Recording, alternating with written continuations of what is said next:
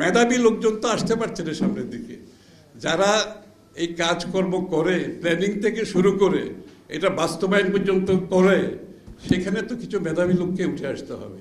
দলীয় লোকজনকে দিয়ে যদি চালানো হয় তাহলে ঢাকা শহর ডুববে এবং সারা বাংলাদেশ ডুববে।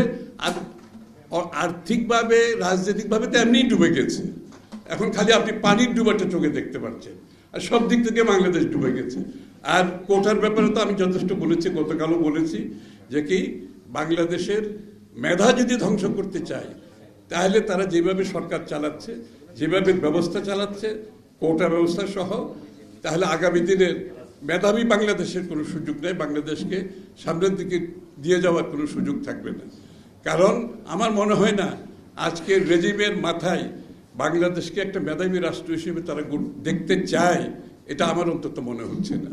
কারণ মেধাবী রাষ্ট্র হয়তো এরকম একটি ফ্যাসিস্ট সরকারের পক্ষে খুব একটা সুখকর কিছু নাও হতে পারে। কারণ মেধাবীরা সত্যি কথা বলে, মেধাবীরা সত্যিকার পথে চলে, মেধাবীরা প্রতিবাদ করে, মেধাবীরা প্রতিরোধ করে। আমি ছাত্রদের একটি অনুরোধ করব, তারা যেভাবে কোটার জন্য লড়াই করছে, তাদের ভোটের জন্য তাদেরকে লড়াই করতে হবে, গণতন্ত্রের জন্য তাদেরকে লড়াই করতে হবে। সবাইকে ধন্যবাদ।